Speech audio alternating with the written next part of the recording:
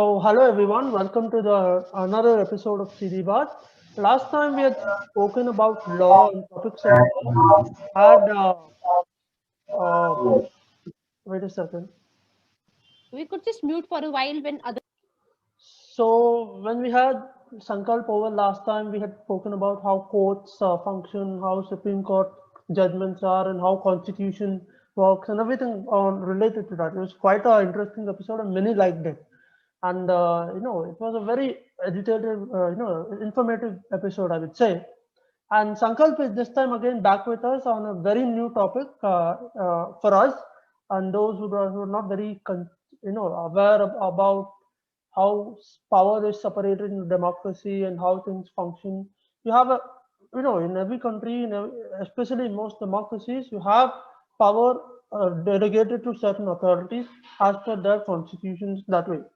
So Sankalp is today going to talk about separation of powers, and he's going to give his inputs on how what he feels about separation of powers in India and how it should be strengthened. And we'll let Sankalp talk about it in detail. So Sankalp, over to you. Unmute yourself. Yeah. Yep. So this is a very academic concept because most people, when they hear separation of powers, especially in the field of law, they think about, how this is a theory which originates in the 18th century and it really has no real world impact. It's something, which written in the constitution. I mean, in Indian constitution, maybe not, but then this is something which a lot of people think of as an intellectual, you know, a philosophical kind of a discussion, which doesn't really pertain to a lot of real world issues. But then in the 18th century, I mean, this concept dates back to ancient Greece, but in modern times, like the first time it was properly discussed and fleshed out, it you can definitively point it back to the early 18th century when a writer called Montesquieu, he was writing in Europe and he was discussing the English legal system or the English political system. That would be a more accurate term. So he says that there's the parliament in UK, and William Blackstone, who is in the mid 18th century, he writes about the Parliament of England. He says that there's nothing on this earth which can undo what the Parliament of England can do, and this is a very bizarre statement to make in modern times, because we all know that human beings are limited, but in the 18th century that was the view prevailing in England. But then this is before Montesquieu comes before Blackstone. He writes before Blackstone writes his work on the laws of England. So Montesquieu writes that in England there are three branches of government. One is the legislative organ, which is the parliament, which makes laws, which it has there are popular people who are elected to it, or common people who come from all walks of life. They get together in the parliament, they make laws, and they write them down. And then there's the executive branch, which is represented by the king. This branch necessarily, like, it doesn't make laws, it takes the laws which the parliament has enacted and it implements them. And then there's a judiciary which decides cases between real people. There are two people who have, say, a contract has been breached, somebody had to deliver muffins to you and they fail to do it, and then you sue that person, and then you go to a court and the court decides the case according to, in England there was common law, but also the law which the parliament enacts. Now this is the backdrop of modern times. This is how we envision separation of powers. It becomes a bit complicated towards the end of the 18th century. And I mean, in India, we have a very different system, but I'll just discuss the first constitution, the written constitution in the world, and how it deals with separation of powers. So, all the framers of the American Constitution, they come from this philosophical background.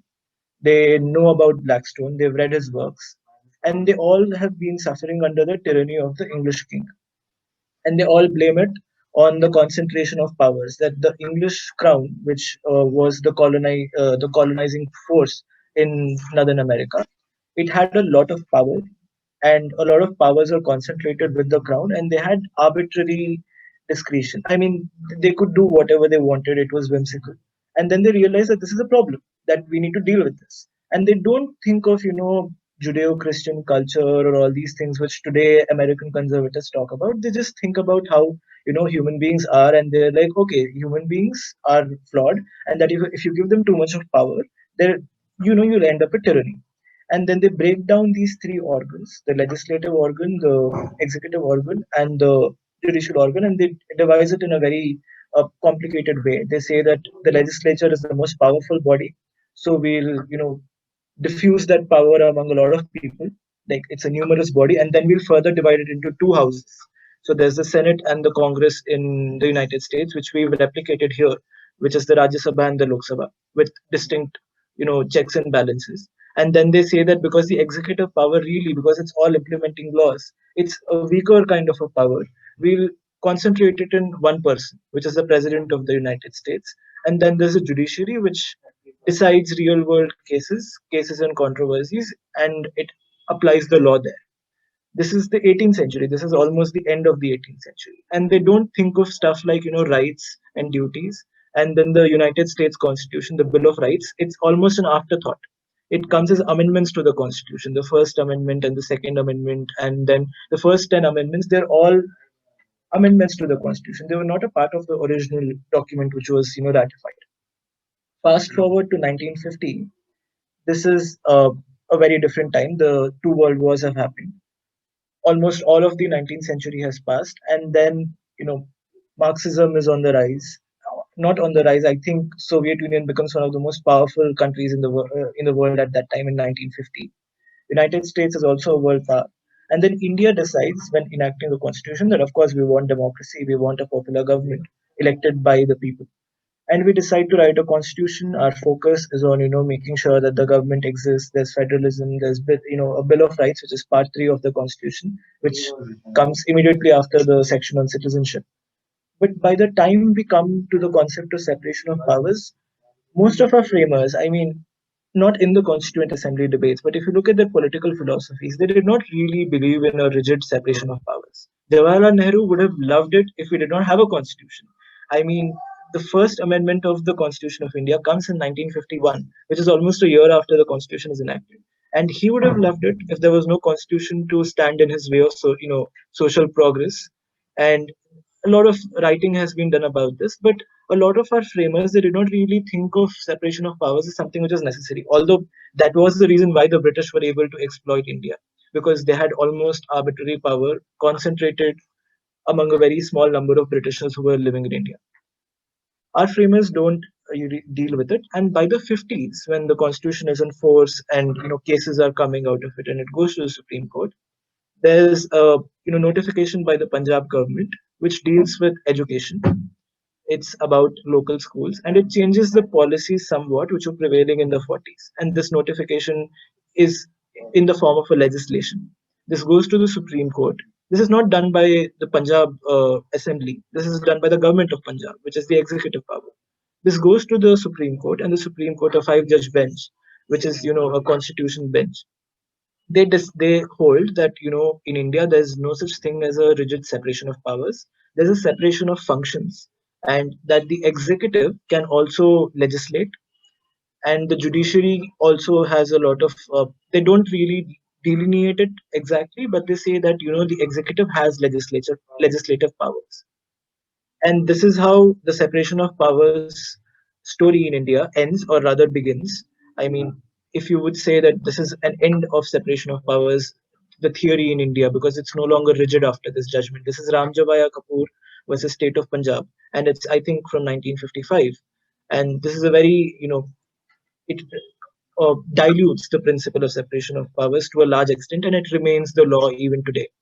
So the executive can Sankalp, sorry legislate. to interrupt. So you're saying that No problem. after that judgment by the Supreme Court, there is no concept such as a rigid separation rather of power, rather than a separation of functions of different arms of the state in terms of judiciary, and that is what you want to say. All right. So let me, yeah, go ahead. If you want to add anything to that. No, I don't have Please anything to add. unmute yourself. Yes. Okay, so this was quite a story, by the way, and a lot of new things. I mean, a lot of things that we, the people who call themselves educated, didn't know. And I think most of the cures in our country is because of the fact that we don't relate to judiciary and law as something which is fundamental to all of our lives. The thing with law is that people consider it to be really complex. And anybody, if I consider myself as a layman, I would probably ignore it to an extent, thinking that, okay, I don't need it and it's not a very crucial part of my life. But now, eventually, I think the situation that's happening at the moment in India, especially in India, just reminds us of the fact that we all need to have general law awareness and judicial awareness, because there are so many things happening and we have no idea about what's right and wrong, and all we are doing is passing on baseless, I would say, judgments on it, thinking that we are doing the right thing. But yes, this was quite a story. So I mean, you being a law student, I mean, what is your observation, Sankalp, about the awareness in people about law, and what's your observation about the implementation of law by the hands of judiciary? So how efficient do you think is this system in India right now? Um, I think if you look at, a common person, if you look at somebody who's a layman, walking around on the street, and if you ask him what he thinks of, say, a particular piece of legislation, there's an act, some act, pick up random stuff, and you go and ask that person, he'll obviously not know about it. But if you go and ask him what the Supreme Court does, I mean, especially with in the age of social media, we all have been, I mean, this sounds a bit embarrassing to admit, but we all have been following the Sushant Singh Rajput case with so much, I mean, interest, and a lot of people know what's been happening. They know which petition was filed where. They know how it was transferred from the state government to the CBI, the investigation of that case. They, on social media, a lot of lay people, they engage with a lot of legal websites like Live Law and Bar and Bench. You can look at a lot of comments which are made by laymen. They comment on the Supreme Court's role and everything. And I think this phenomena emerges in the 80s. And I don't think you can understand how a common man looks at the judiciary without understanding what happened in the 80s. So in the 80s, something weird was happening. Indira Gandhi was no longer, the unquestioned leader of India, because although she was still the prime minister, but she was no longer as unquestioned because she had already lost an election.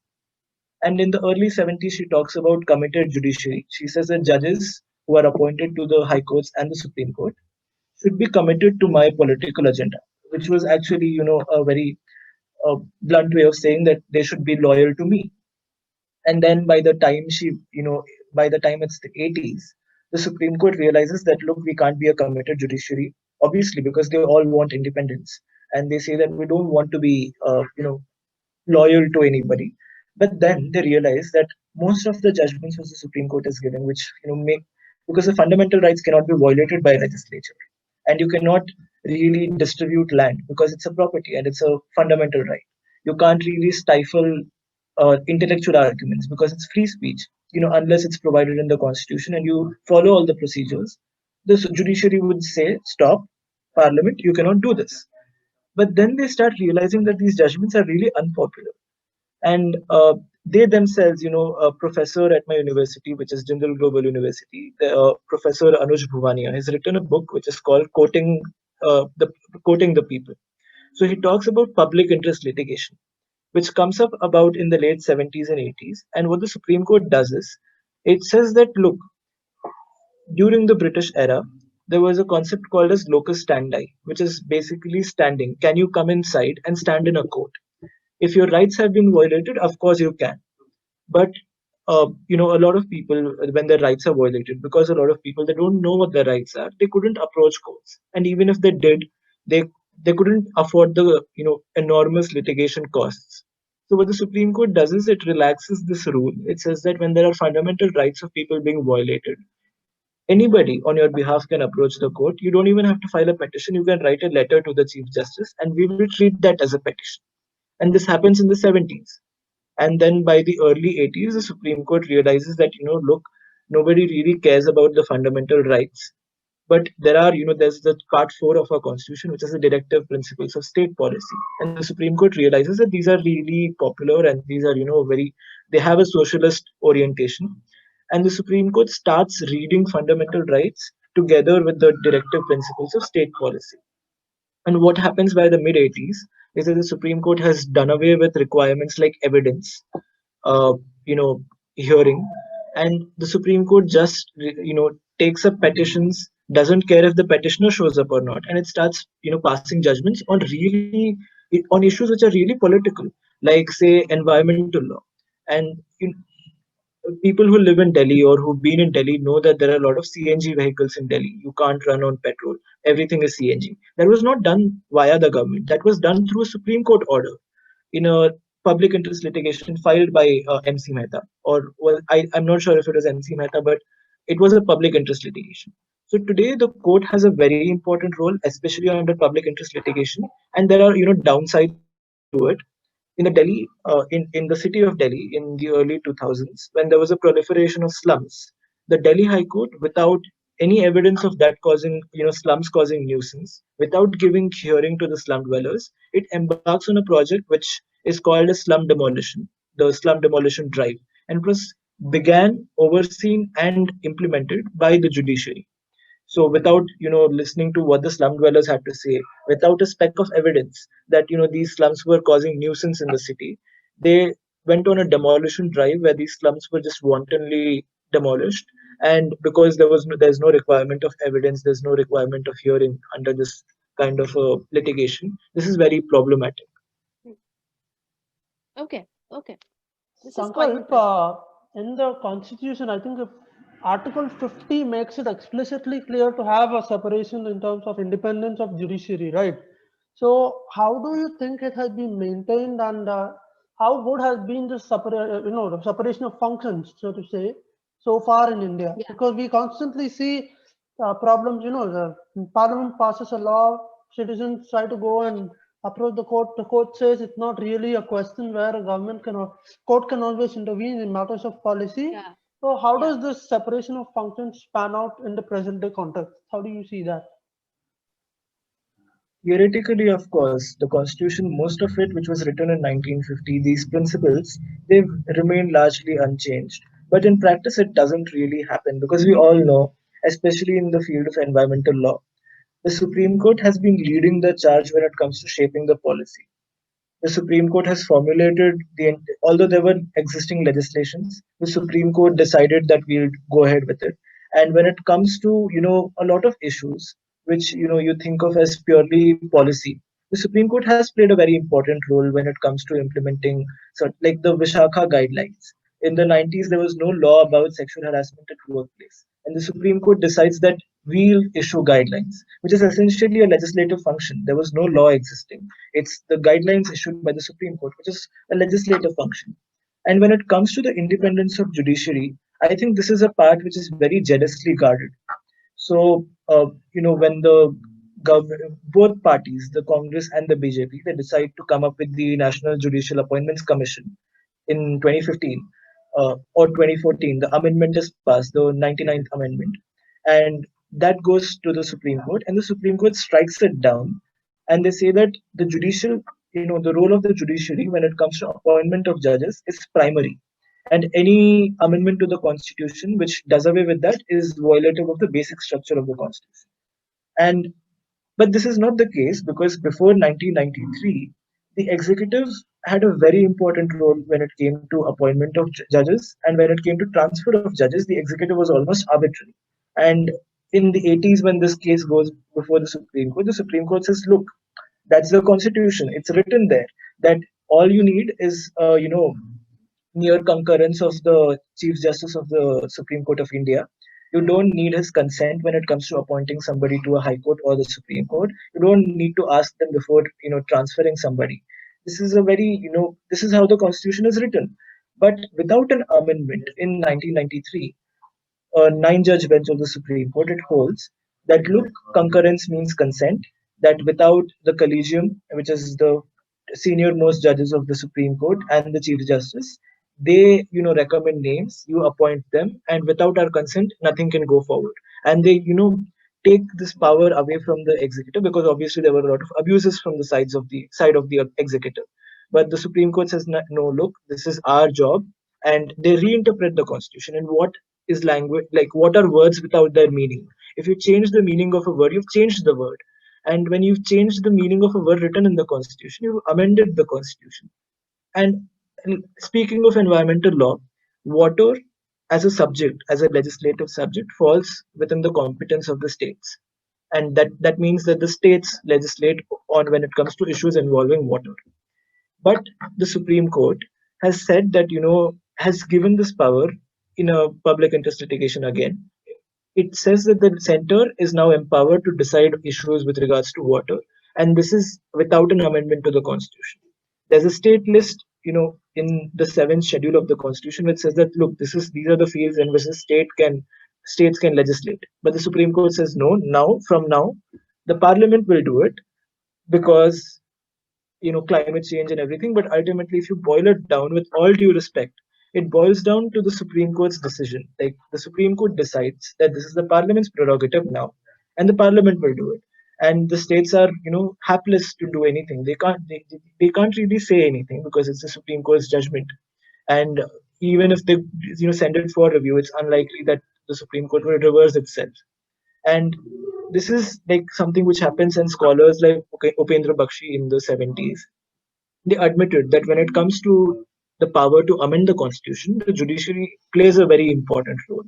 And this is something which would sound, draconian almost to people in the 18th century, because this is, unelected people with no popular support sitting in a chamber in Delhi, deciding, cases which are really consequential, which have a lot of consequences. And when I spoke of the slum demolition drive in the 2000s in Delhi, they had disastrous consequences for slum dwellers. And this happened without giving them a hearing, without collecting evidence.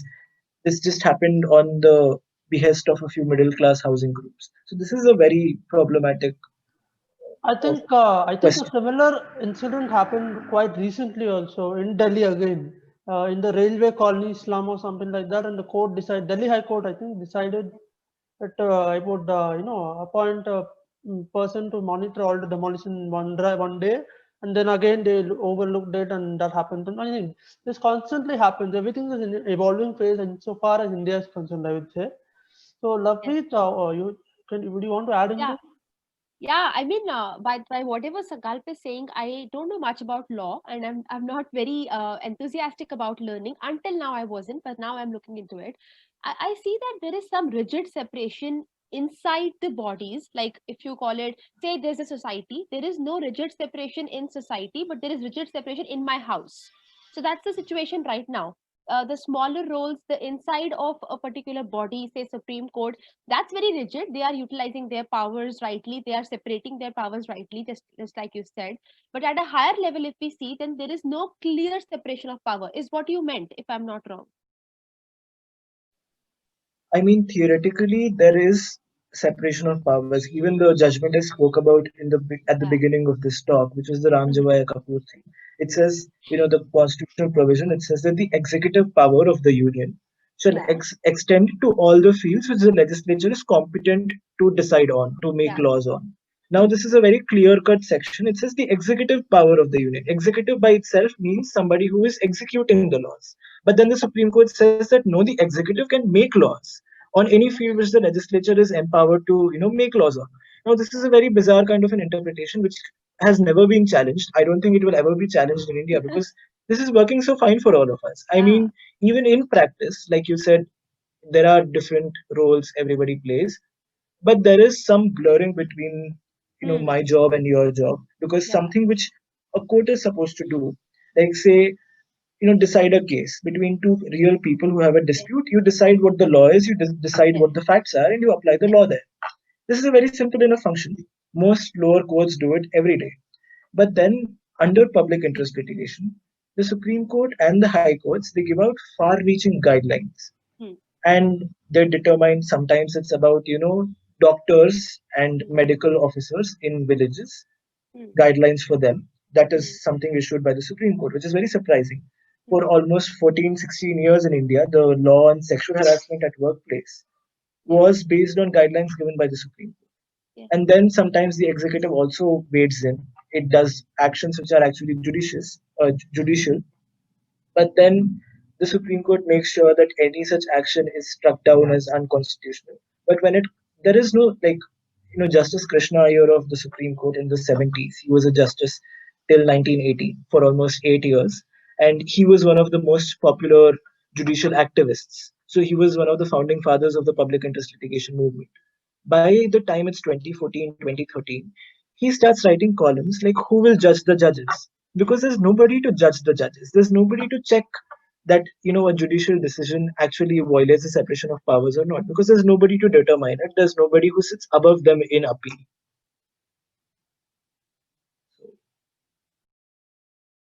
So drawing a contrast between what you said, I really want you to give like a very basic example in the sense in which everybody, regardless of if they are aware of the law or not, can understand, and just give a brief, about the contrast. Like if there is specific separation of power, what are the good and bad things? If there is no specific separation of power, what could be the consequences and how it could improve with time by specifying the rules? So, with a very basic example, if you could just give an overall view about it.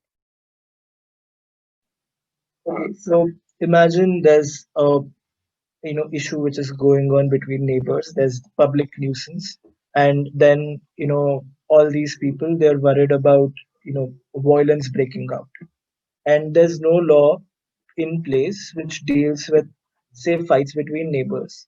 There's law about murder, there's law about rioting, but there's nothing which specifically deals with this phenomena where neighbors are, ganging up against each other. This is a hypothetical scenario. I'm not saying this is happening. If it was, I mean, but anyway, so this is something which is happening, very specific, very special. This is a kind of phenomena which is suddenly emerging. It was never happening before. Now suddenly this is a phenomena which is coming up, and then the legislature is more worried about issues like, say, it's, or maybe it benefits from this. It says, oh, because these neighbors are fighting against each other, maybe we can stoke their fears and win elections. The executive obviously is a part of the legislature in India, because the council of ministers is a part of the parliament.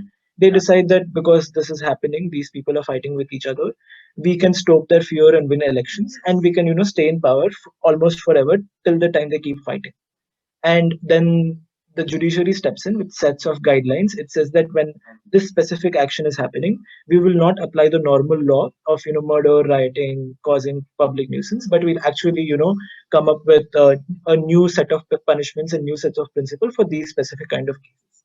Now, to translate it into something real and something less bizarre, I mean, this was a very bizarre example which I just uh, came up with on the off the top of my head. But if you look at, say, climate change, the existing legislation in India was very weak, and it was very like limited, and the central government did not care much because this was not something the people cared about in the 80s. And because the people did not care in a democracy, unless the people think something is important, it's not important, because the politicians will not care. There's no voting base. And then the judiciary steps in the 80s, and it says that, look, this is a real serious concern, and we'll issue guidelines, we'll formulate the law, and we'll tell you what to do when it comes to climate change, when it comes to pollution, protecting the Taj Mahal. This is something the Supreme Court took over in the 80s, and it says that we'll protect Taj Mahal from acidic pollution. This is a good thing, because when the legislature is not acting upon a phenomena, which is something which the legislature does not care about, like, say, there's no law in India about torture, there's no law in India about mob lynching per se, and the legislature is not willing to act, and the existing law is not stringent enough. What do? You go to the judiciary, you ask for guidelines, and this is a very convenient setup in a way. But then the drawbacks are that the legislature is popularly elected. It knows what it can do without offending the people, without causing grave injustice. Because the moment a legislature does something gravely unjust, people will come up, start protesting. But the judiciary has no such control, because a judge is appointed for a specific tenure. He is going to members of the judges of the High Court and the Supreme Court. They cannot be impeached by anybody apart from the parliament, and that's a very difficult process to get the parliament to impeach a judge. So you need two-thirds majority. I'm not sure if it's two-thirds or three-fourths, but this is something only the parliament can do, not even a state legislature. So there is no popular control over judges, and when they start making guidelines which are unpopular or unjust or seem very arbitrary, there is nobody to tell them, look, stop, you can't do this. because the parliament, once it enacts a law, when you want that law to be interpreted or when you're challenging that law, you obviously go to the judiciary again. And then it's the judiciary's prerogative to interpret it. And then they'll say, look, these were the pre existing guidelines, the new law does not match up. We will add this to it. So, I think that is quite a really good example that you gave, and I think most of the viewers who are watching this will understand the intricacies in, because you put it in a very simple manner. So Yes. I would like your final take, Sankalp, since we are running out of time. What do you think? How do you see the future unfolding in this context, and how do you think people should react in these kind of cases?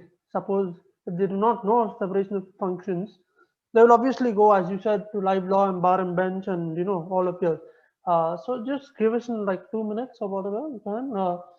How do you see the And adding future to this, unfolding on Sankalp, this? also add to it the perspective of a lawyer. Like you are into this profession now. So what are the challenges for lawyers in this context? Your perspective as well. See if you can manage it in the 7 minutes we have. Yeah. I'll try.